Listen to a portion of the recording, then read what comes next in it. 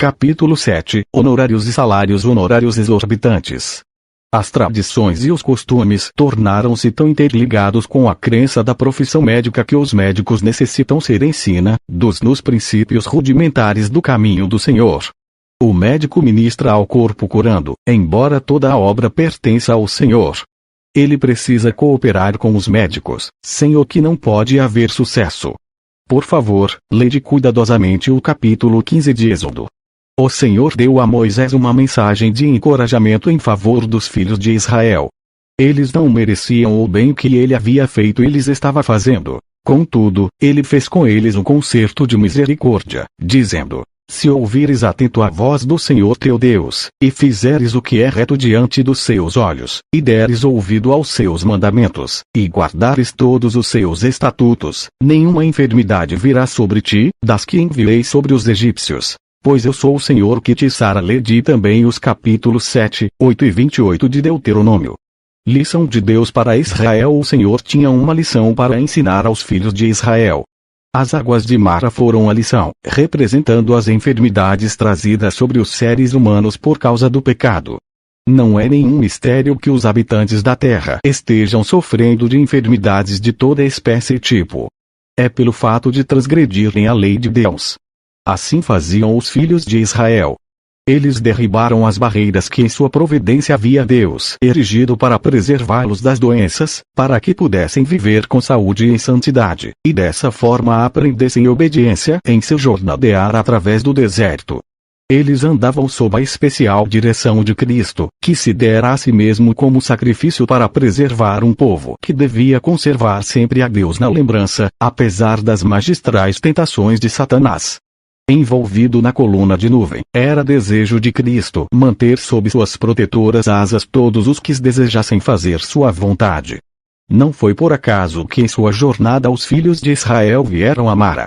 Antes que eles deixassem o Egito, o Senhor começou suas lições de orientação, a fim de que pudesse levá-los a compreender que Ele era o seu Deus, seu libertador, seu protetor. Eles murmuraram contra Moisés e contra Deus, mas o Senhor ainda procurou mostrar-lhes que aliviaria todas as suas perplexidades se eles se voltassem para Ele. Os males que enfrentaram e pelos quais passaram foram parte do grande plano de Deus, pelo qual Ele queria prová-los. Afinal chegaram a Mara. E o povo murmurou contra Moisés, dizendo: que havemos de beber? Então Moisés clamou ao Senhor, e o Senhor lhe mostrou uma árvore. Lançou a Moisés nas águas, e as águas se tornaram doces. Deu-lhes ali estatutos e uma ordenação, e ali os provou, e disse: se ouvires atento a voz do Senhor teu Deus, e fizeres o que é reto diante dos seus olhos, e deres ouvido aos seus mandamentos, e guardares todos os seus estatutos, nenhuma enfermidade virá sobre ti, das que enviei sobre os egípcios. Pois eu sou o Senhor que te sara. Embora invisível a olhos humanos, Deus era o líder dos israelitas, seu poderoso restaurador. Foi Ele quem pôs no lenho as propriedades que tornaram doces as águas. Dessa maneira desejava Ele mostrar-lhes que pelo seu poder era capaz de curar os males do coração humano. No lugar de Cristo, Cristo é o grande médico, não apenas do corpo, mas da alma. Ele restaura o homem a seu Deus. Deus permitiu que seu Filho unigênito fosse ferido, a fim de que as propriedades curativas pudessem fluir dele para curar todas as nossas enfermidades. Os médicos devem agir no lugar de Cristo. Todo médico que firmou seus pés sobre a rocha dos séculos retira do grande médico seu poder restaurador. Os planos de Cristo devem ser levados avante de maneira mais definida pelo médico cristão. Quando Cristo estava para deixar seus discípulos, aqueles que deveriam representá-lo no mundo, deu-lhes um novo mandamento. Novo mandamento vos dou, disse ele, que vos ameis uns aos outros, assim como eu vos amei, que também vos ameis uns aos outros. Nisto conhecerão todos que sois meus discípulos, se tiverdes amor uns aos outros. Esse amor eles não conheceram enquanto não viram o sofrimento e a morte de Jesus Cristo na cruz do Calvário. O novo mandamento de amor foi dado em benefício dos fracos, dos desafortunados, dos destituídos. Para o coração de Cristo, a própria presença do infortúnio era um apelo em prol de auxílio. Os pobres, os sofredores, os desolados, desamparados, os desanimados, os desapontados encontravam nele um compassivo Salvador, um poderoso restaurador. Não esmagará a cana quebrada, nem apagará a torcida que fumega, até que faça vencedor o juízo. Cristo identifica seus interesses com os da humanidade sofredora, e diz-nos que tudo o que fizermos para aliviar um sofredor, nós o fazemos a ele. Há grandes lições a serem aprendidas por todos os que servem em favor de Cristo. O sinal do sábado deve ser colocado sobre o povo de Deus, que guarda os mandamentos. Caso seja guardado no espírito de verdadeira obediência, o sábado mostrará que todos os mandamentos de Deus devem ser praticados, para que saibais que eu sou o Senhor que vos santifica. A fonte da capacidade do médico. O Senhor mantém os olhos sobre todo ser humano, e tem seus planos concernentes a cada um. Ele deseja que seu povo que guarda os mandamentos seja um povo distinto, que pratique os santos preceitos especificados em sua palavra. Deseja que os membros da profissão médica afastem de sua prática tudo o que foi introduzido pelo egoísmo, avareza e injustiça. Ele deu sabedoria e capacidade aos médicos, e deseja que nada que cheire a roubo e injustiça seja praticado por aqueles que fazem da lei de Jeová sua regra de vida. Pela operação de seus próprios agentes, criou ele o material que restaurará a saúde ao doente. Usassem os homens corretamente a sabedoria que Deus lhes deu, esse mundo seria um lugar semelhante ao céu. Todos nós necessitamos de muito mais elevada, pura e santa confiança em Deus. Todo médico deve ser verdadeiro e honesto. Em hipótese alguma deve ele defraudar seus pacientes. Se realiza uma operação simples, deve cobrar um preço módico.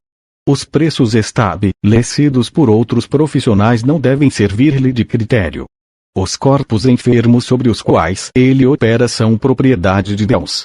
Ele disse: acaso não sabeis, que não sois de vós mesmos?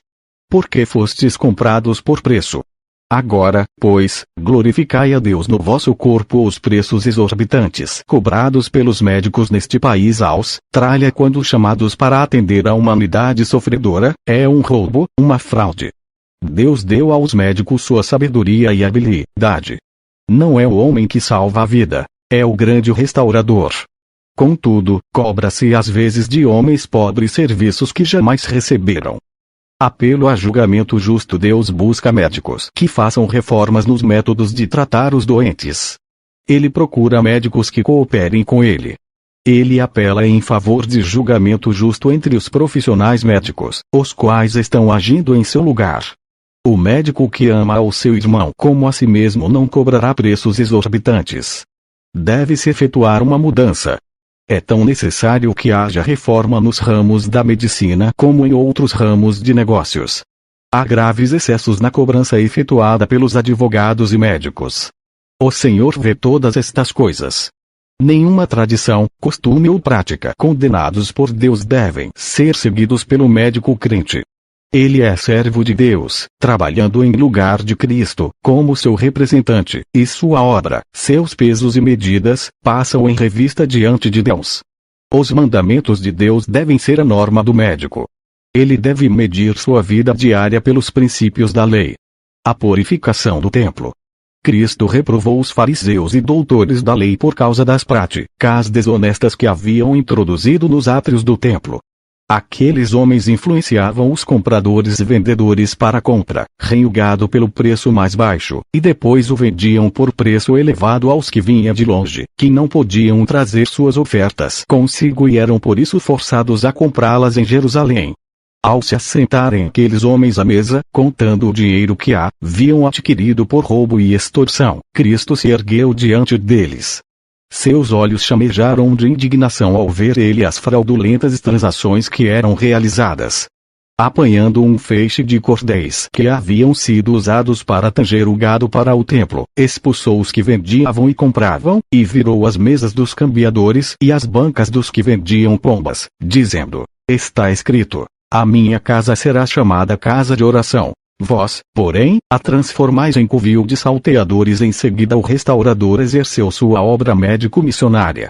Vieram a ele no templo cegos e coxos, e ele os curou. Os mercados, os armazéns, necessitam de purificação. As cortes de justiça, os escritórios de advocacia, a classe médica, necessitam de purificação. Diremos que a obra médico-missionária necessita de purificação. Cristo, que veio ao nosso mundo para revelar o coração de terna compaixão do Pai, mostrou-nos os métodos que os guardadores do sábado devem seguir em sua obra. Estes são claramente especificados no capítulo 58 de Isaías. Deus não será um sócio para qualquer transação desonesta. Na alma que guarda o sábado é estampada a marca do governo de Deus, e não deve desonrar esse sinal. Mediante exame minucioso da palavra de Deus, podemos saber se temos o selo do Rei, se fomos escolhidos e separados para honrar a Deus. Por bondade, lei de Deuteronômio 6, 4, 9 e Ezequiel 20, 12, 20. Nunca, jamais, permitirá Deus que qualquer homem que não leve o sinete da fidelidade, a marca do seu governo, transponha os portais de pérola da cidade de Deus. Toda alma salva nutrirá princípios puros, que procedem da própria essência da verdade. Cumpre-lhe ligar-se a si mesma por elos de ouro ao eterno poder e amor do Deus da verdade. Deve ser leal aos princípios da palavra de Deus, leal ao eterno concerto que é um sinal entre o homem e seu Criador. Uma consciência ditada por Deus. Justiça, nobre e elevada, deve controlar a conduta. Energia mental, cultura, poder de influência, não darão ao homem seus títulos de seguro de vida eterna. Deus pesa as ações. Cada qual deve formar um caráter individual à semelhança do caráter de Cristo. Deve ter a consciência orientada por Deus. Deve ver atrás de cada promessa o Todo-Poderoso, com quem lhe cumpre trabalhar como instrumento para fazer sua vontade. Caso não assuma o homem esta posição, naufragará na fé. Jamais garantirá Deus a vida eterna ao homem cuja âncora não está solidamente firmada a inalterável lei do céu. Ele deve revelar o Cristo que nele opera, em seus preceitos doutrinários, em sua obediência prática. A alma que comunga com Deus por meio das Escrituras, que ora pedindo iluminação e abre a porta do coração ao Salvador, não terá mais cogitações, desígnios mundanos ou desejos ambiciosos de honra ou distinção em qualquer setor. Aquele que procura a verdade como a tesouro escondido, encontrá-la no meio de comunicação de Deus com o homem. Sua palavra. Disse Davi: a revelação das tuas palavras esclarece, e dá entendimento aos simples. Isto não se refere aos que são fracos no intelecto, mas aos que, seja qual for sua posição, têm um verdadeiro senso de sua necessidade de comungar com Deus como o fazia Enoque. A palavra de Deus enobrecerá a mente e santificará o instrumento humano, habilitando-o para tornar-se um cooperador com os instrumentos divinos. A elevada norma da santa lei de Deus significará muitíssimo para ele, como norma de toda a sua vida prática. Significará a santidade, que é a integridade para com Deus. Quando um instrumento humano avança no caminho preparado para os resgatados do Senhor nele andarem, quando ele recebe a Jesus Cristo como seu Salvador pessoal, alimentar-se-á do pão da vida. A palavra é espírito e vida, e, se for introduzida na prática diária, enobrecerá toda a natureza do homem. Abrir-se-á para sua alma uma visão tal do amor do Salvador, como descrita pela pena da inspiração, que sua alma se desfará em ternura e contrição. Devemos ver e entender a instrução que nos foi dada pelo grande apóstolo. Desejai ardentemente, como crianças recém-nascidas, o genuíno leite espiritual, para que por ele vos seja dado crescimento, em percepção, em semelhança ao caráter de Cristo. O desenvolvimento do caráter, o crescimento em conhecimento e sabedoria, será o resultado certo de alimentar-se da palavra. Que faria Jesus? Apresentamos a todos os nossos obreiros, nossos pastores e médicos, a necessidade de cuidadosa consideração em todo o seu trabalho, perfeita e inteira obediência aos preceitos da palavra de Deus. Inquirir cuidadosamente a cada passo: como agiria meu Salvador nesse ramo da obra? Que impressão deixarei sobre as pessoas? Devo pôr-me ao jugo com Cristo na obra como o restaurador da saúde do corpo, mente, coração e alma. Quão cuidadoso deve ser cada médico em representar o Mestre. É tempo de o povo de Deus, os que levam o selo do seu reino, e cuja autoridade deriva do está escrito, trabalhar. O mundo é o nosso campo de ação, e devemos esforçar-nos para dar ao mundo a última mensagem de misericórdia. Todos os nossos atos estão sendo vigiados por olhos atentos. Estai em guarda como médicos. Podeis servir ao Senhor em vossa posição, trabalhando com novos métodos e rejeitando as drogas. Como reformadores, devemos reformar a prática da medicina, educando no sentido da luz. Nossa obra deve ser efetuada na plena aprovação de Deus. Cumpre-nos praticar princípios estritos de misericórdia e de justiça. Nossa obra não deve ser como uma peça de vestuário costurada com alinhavos. Devemos imitar a perfeição de Deus. Vós sois lavoura de Deus e edifício de Deus. Devemos tornar o fundamento de cada edifício completo e sólido, como para a eternidade. Representar princípios retos. A honestidade, a integridade, a justiça, a misericórdia, o amor, a compaixão e a simpatia estão incluídos na obra médico-missionária.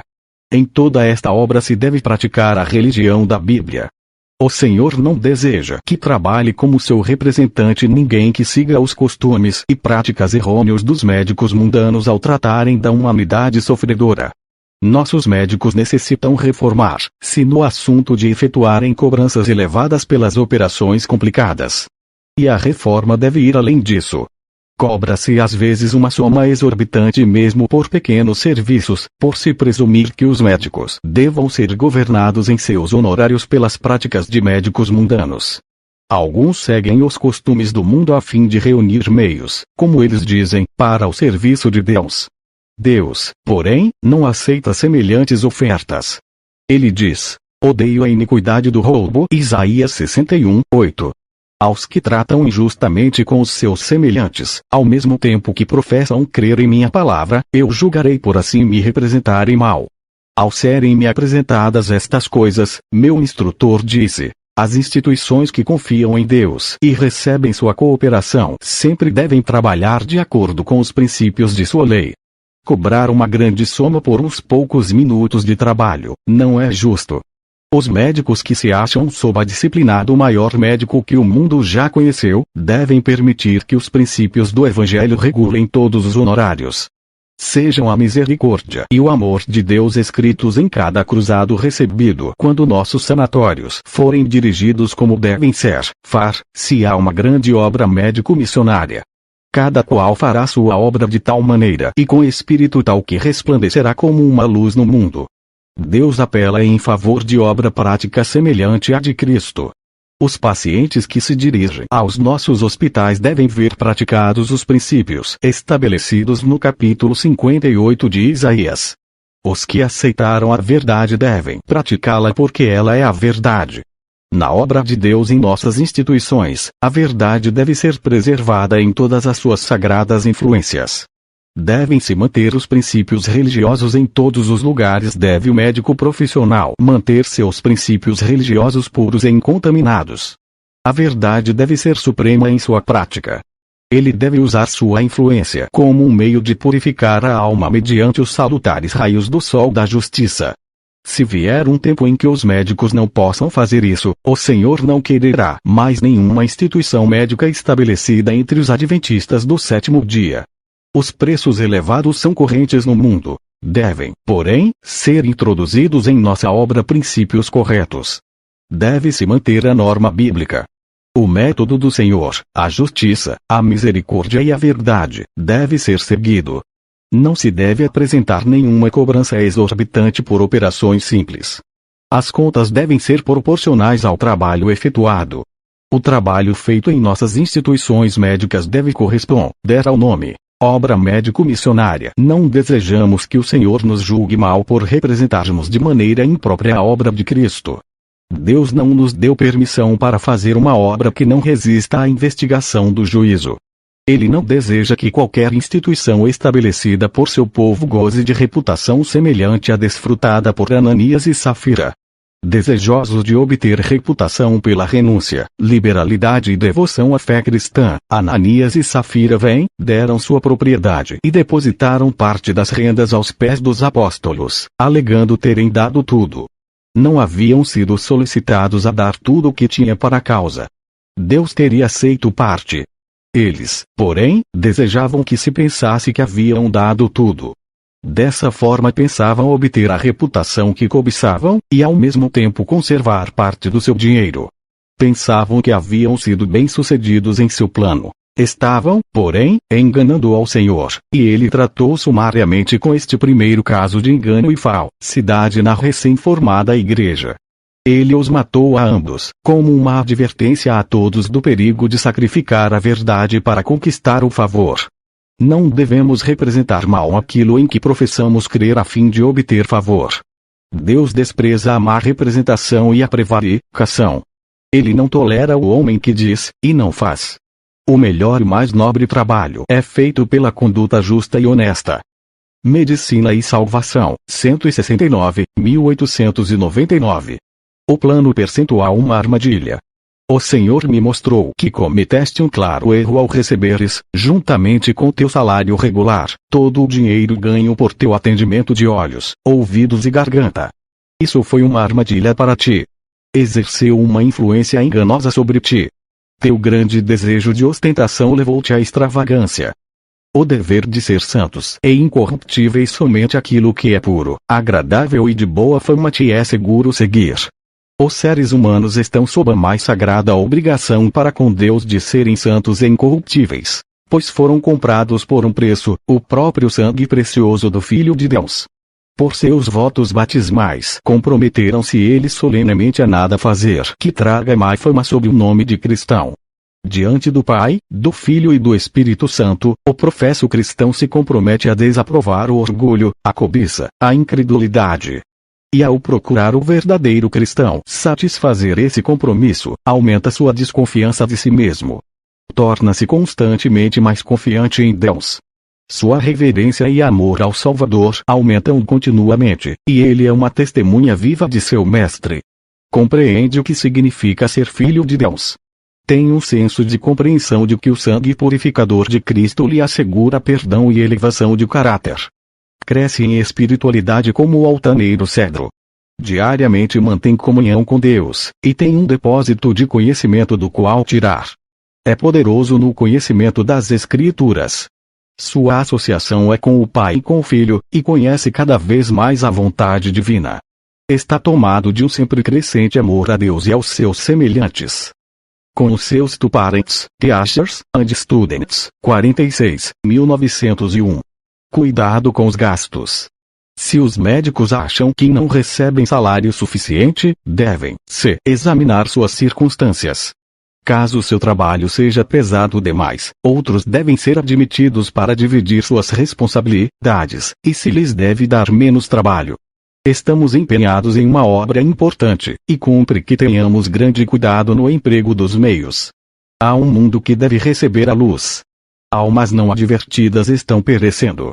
Se elevados salários são pagos aos que deviam estar satisfeitos, resultará isso em impedir a entrada de outros obreiros cujos serviços são necessários, mas que, em virtude da falta de meios, não podem ser empregados. Medicina e Salvação, 59, 1912. O princípio da esperteza uma desonra a Deus. Haverá quem vos sugira que, a fim de ser bem-sucedido em vossa profissão, deveis ser esperto, que precisais, às vezes, desviar-vos da estrita retidão. Estas tentações encontram fácil acolhimento no coração do homem. Digo, porém, o que sei. Não vos deixeis enganar ou iludir. Não acaricieis o próprio eu. Não abrais uma porta pela qual o inimigo entre e tome posse da alma. Há perigo no primeiro, e no mais leve desvio da estrita retidão. Sede leais a vós mesmos. Preservai, no temor de Deus, a dignidade que Ele vos deu. Há grande necessidade de que todo obreiro médico se apodere do braço do infinito poder, a ele se conservando apegado. O princípio da esperteza é daqueles que levarão, com certeza, a dificuldades. Aquele que considera o favor dos homens mais desejável que o de Deus, cairá na tentação de sacrificar o princípio pelo ganho e consideração do mundo. Assim se sacrifica de contínua fidelidade a Deus. A verdade de Deus, deve ser nutrida na alma e mantida na força do céu, do contrário o poder de Satanás vos-la arrebatará. Não abrigueis nunca o pensamento de que um médico sincero, verdadeiro, não possa ser bem-sucedido. Tal sentimento desonra ao Deus de verdade e justiça. Ele pode ter êxito, pois tem de seu lado a Deus e o céu. Que todo suborno para dissimular seja inflexivelmente repelido. Mantende a integridade no poder da graça de Cristo, e Ele cumprirá para convosco sua palavra. Conselhos aos professores, pais e estudantes, 485-486. Promessas aos obreiros abnegados. Trabalhem todos segundo os princípios de renúncia. Trabalhai enquanto é dia, pois a noite vem, quando ninguém pode trabalhar. Quando o povo de Deus trabalha zelosa, humilde e abnegadamente, alcança a rica recompensa de que fala Jó. Ouvindo-me algum ouvido, esse me chamava feliz. A bênção do que estava a perecer vinha sobre mim, e eu fazia rejubilar-se o coração da viúva. Cristo será reconhecido como o Criador e Redentor. Os que colaboram com Deus serão compreendidos e apreciados. O reconhecimento dos servos fiéis de Deus não diminui um jota da gratidão e louvor que oferecemos a Deus e ao Cordeiro. Quando os redimidos se puserem ao redor do trono de Deus, os que tiverem sido salvos do pecado e da degradação irão aos que trabalharam em seu favor com as palavras de boas-vindas. Eu estava no mundo sem Deus e sem esperança. Estava perecendo na corrupção e no pecado. Estava faminto por alimento físico e espiritual. Viestes a mim com amor e compaixão, e me alimentastes e vestistes. Indicastes-me o Cordeiro de Deus, que tira o pecado do mundo, com os seus Parents, Teachers, and Students, 74, 1901. Preparo para a eternidade. Fazei o preparo de vossa vida para a eternidade. Não tendes um momento a perder. Guardais os mandamentos de Deus. Temeis ofendê-lo? Sentes vossa dependência de Cristo? Compreendeis que deveis ser guardados cada momento pelo seu poder. Enche-se vossa vida cada dia de submissão, alegria e gratidão. Os obreiros médico-missionários são reconhecidos por Cristo, não por causa do nome que levam, senão pelo fato de estarem sob a proteção do missionário por excelência, que deixou o céu para dar sua vida pela vida do mundo. Diz ele: se me amais, guardareis os meus mandamentos. Aquele que tem os meus mandamentos e os guarda, esse é o que me ama. E aquele que me ama, será amado por meu Pai, e eu também o amarei e me manifestarei a ele como testemunhas de Deus, pois, dai prova de que estáis sob a disciplina e preparo do grande médico missionário, que vos colocastes em suas mãos, para manifestar seu Espírito, mostrar ao mundo o caráter sagrado de sua grande obra e revelar aos descrentes as vantagens de estar sob sua proteção. Um missionário médico não é de valor para a causa de Deus a menos que todos os princípios envolvidos no nome que ele leva sejam exercidos em sua vida. O Evangelho de Cristo deve ser introduzido na vida diária. Devemos tornar nossa vida neste mundo um exemplo, tanto quanto possamos, daquilo que será a vida no céu. Isto espera Cristo de todos os que se dizem missionários médicos. Não devem eles acariciar nenhum princípio que contenha uma mácula de egoísmo. Devem permanecer diante do mundo como seguidores de Cristo, participantes de seu desprendimento e humilhação e proclamando sua vinda. Com os seus Parents, Teachers, and Students, 63, 1903. Advertência a um médico jovem. O Senhor deu-te o teu trabalho. Espera ele que cada semana te entrevistes contigo mesmo, para saber como estás negociando os bens de teu Senhor. Estás pondo a juro tuas energias mentais, morais e físicas no esforço de agradar ao Senhor, que deseja que acumules talentos por meio do correto uso daquilo que ele te confiou?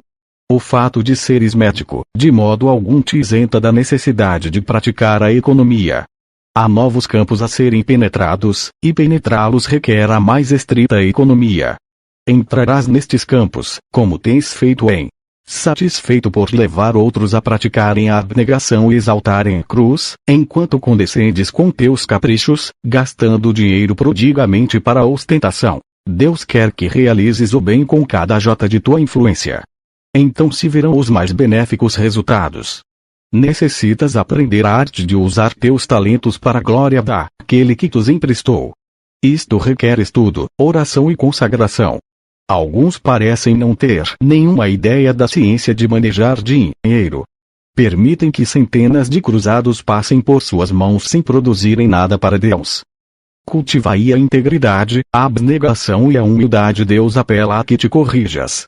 Seu homem. Deixa de ser extravagante. Não se deve condescender com ideias extravagantes em nome da obra médico-missionária.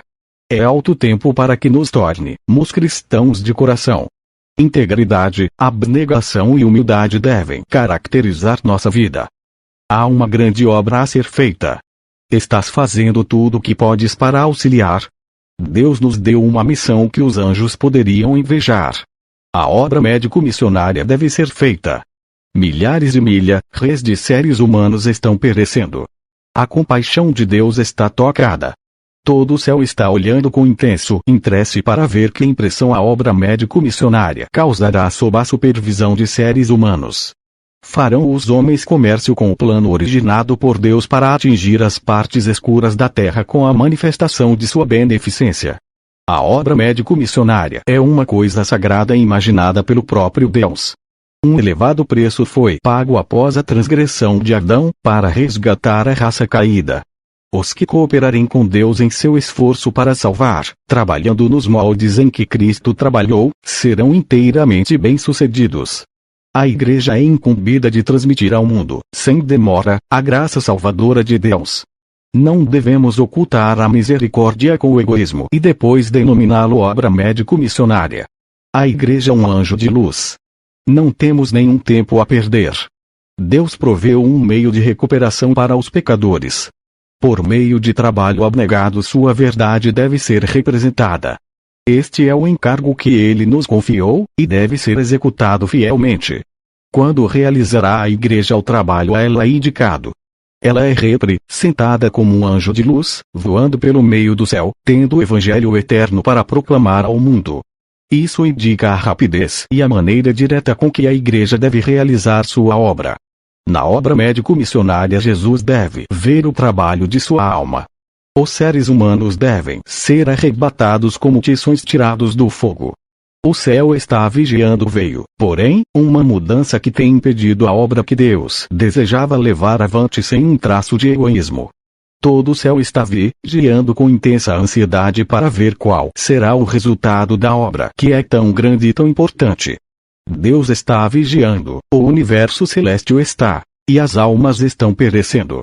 Deve o empreendimento de misericórdia por meio do qual manifestou Deus sua graça no passado, resgatando e restaurando, tornar-se um assunto de comércio egoísta. Perder-se-á o instrumento ordenado pelo céu para beneficiar o homem e dar glória a Deus, mediante gastos descontrolados. Será o instrumento de bênção de Deus usado pelos que professam crer na verdade em comprar, vender e obter vantagens? Repetir-se-á em nós a experiência dos dias dos apóstolos, se os homens forem movidos pelo Espírito Santo. O Senhor retirará suas bênçãos de onde se condescende com interesses egoístas. Colocará, porém, o seu povo na posse do bem em todo o mundo, se eles usarem isto para a elevação da humanidade. Sua obra deve ser um sinal de sua benevolência, um sinal que conquistará a confiança do mundo e produzirá meios para o avanço de seu reino. Um exemplo contagioso. Deus provará a sinceridade dos homens. Os que renunciarem a si mesmos, tomarem a cruz e seguirem a Cristo terão uma obra contínua a fazer no setor da restauração da raça humana caída. Os que se sacrificam em favor da verdade causam uma grande impressão sobre o mundo. Seu exemplo é contagioso e convincente.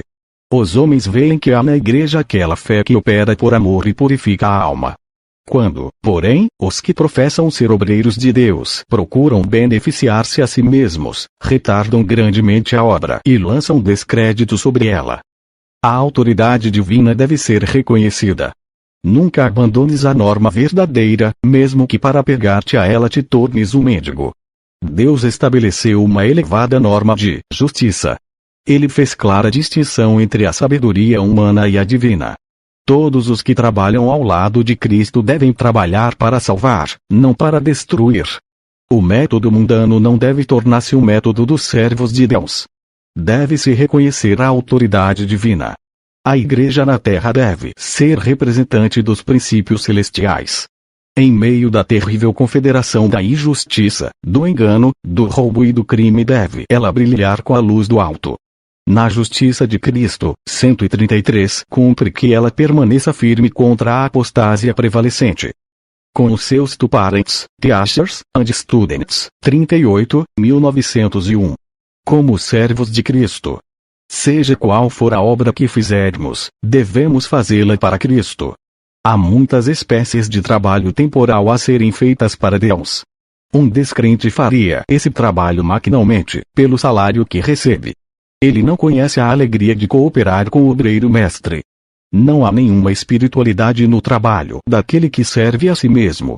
Os motivos comuns, as comuns aspirações, as inspirações triviais, o desejo de ser considerado inteligente pelos homens, em sua vida.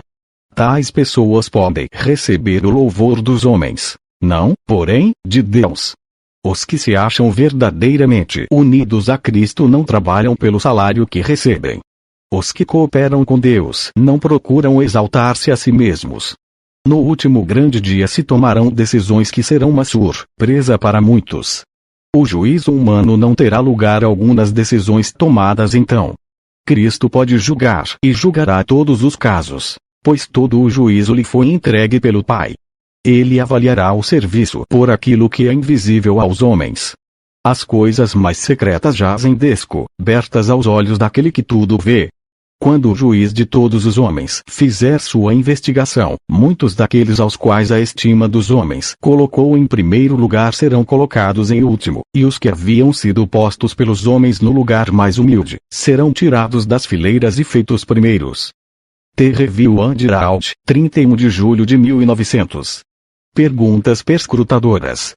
Pergunto aos que vivem na vaidade da condescendência própria. Continuareis a agir como se nenhuma responsabilidade de praticar a abnegação repousasse sobre vós?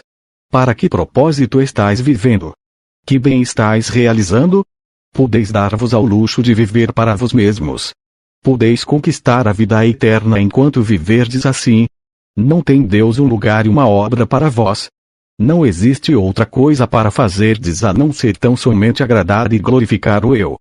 Com os seus parents, teachers, and students, 4, 1902. Duas classes de servos. De um sermão, Grimsby, Inglaterra, 19 de setembro de 1886. Nos últimos dias haverá apenas dois grupos, um à direita e o outro à esquerda, e Cristo diz a um: Vinde, benditos de meu Pai. Entrai na posse do reino que vos está preparado desde a fundação do mundo. Porque tive fome e me destes de comer. Tive sede e me destes de beber. Era forasteiro e me hospedastes. Estava nu e me vestistes. Enfermo e me visitastes. E eles respondem: Quando te vimos assim e te servimos. E Cristo diz: Em verdade vos afirmo que sempre que o fizestes a um destes meus pequeninos irmãos, a mim o fizestes aos que estiverem à esquerda. Porém, dirá ele: Apartai-vos de mim, malditos, para o fogo eterno, preparado para o diabo e seus anjos. A primeira classe tinha Cristo entretecido em seu caráter, e não tinha consciência de nada que havia feito. Vinde, benditos de meu Pai. É a bênção, entrai na posse do reino que vos está preparado desde a fundação do mundo. Vemos assim que Cristo identifica seus interesses com os do homem caído. Ele se volta para os que se acham à esquerda e diz: Tive fome e não me destes de comer. Tive sede e não me destes de beber. Era forasteiro e não me hospedastes. Estava nu e não me vestistes. E enfermo e não me visitastes. E quando eles lhe perguntam: Quando foi que te vimos com fome, com sede, forasteiro, nu, enfermo ou preso, e não te assistimos? Vem a resposta: Em verdade vos afirmo que sempre que deixastes de fazer a um destes mais pequeninos, a mim o deixastes de fazer não ao maior, mas ao menor. Bem, agora desejamos trazer a Cristo para a nossa vida diária. Os que não haviam alimentado o faminto, vestido nu, ou visitado o enfermo, não estavam apercebidos disto. E por que não? Porque se haviam educado e preparado na escola da condescendência própria, e o resultado foi perderem o céu e a eternidade de bem-aventuranças que podiam ter tido houvessem devotado suas energias a Deus. Medicina e Salvação, 16, 1886. Louvor aos ganhadores de almas. Haverá um louvor abençoado, uma bênção santa, sobre os fiéis ganhadores de almas. Juntar-se-ão eles aos que se rejubilam no céu, os quais saúdam o recolhimento da colheita. Quão grande será a alegria quando os redimidos do Senhor se encontrarem todos, reunidos nas mansões preparadas para eles. Oh! Que regozijo para os que tiverem sido imparciais e abnegados cooperadores de Deus em levar avante sua obra na terra. Que prazer terão todos os ceifeiros quando se ouvir a clara e melodiosa voz de Jesus, dizendo: Vinde, benditos de meu Pai. Entrai na posse do reino que vos está preparado desde a fundação do mundo. O Redentor é glorificado porque não morreu em vão. De coração alegre e exultante, os que cooperaram com Deus veem o trabalho de sua alma em favor dos pecadores que sucumbiam, moribundos, e ficam satisfeitos. Esquecidas são as horas ansiosas que passaram, as circunstâncias embaraçadoras que tiveram de enfrentar, a tristeza de coração porque alguns se recusaram a ver e receber as coisas que contribuíam para sua paz. A abnegação por eles exercida a fim de manter a obra já não é lembrada. Ao olharem eles para as almas que procuraram ganhar para Jesus, e vê-las salvas, eternamente salvas, monumentos da misericórdia de Deus e do amor do Redentor, reboam ali, através das arcadas dos céus, os brados de louvor e de ações de graças. The Review and Herald, 10 de outubro de 1907. Ganho que é perda. Deus certamente recusará qualquer vantagem obtida por meio de negócio egoísta e injusto. Meu irmão, teus sentidos devem ser puros e santos. Devemos atingir um padrão mais elevado. Cumpre-nos vigiar, devemos orar, permanecendo sempre prontos para a ação. Com os seus two parents, Teachers and Students, 13, 1902.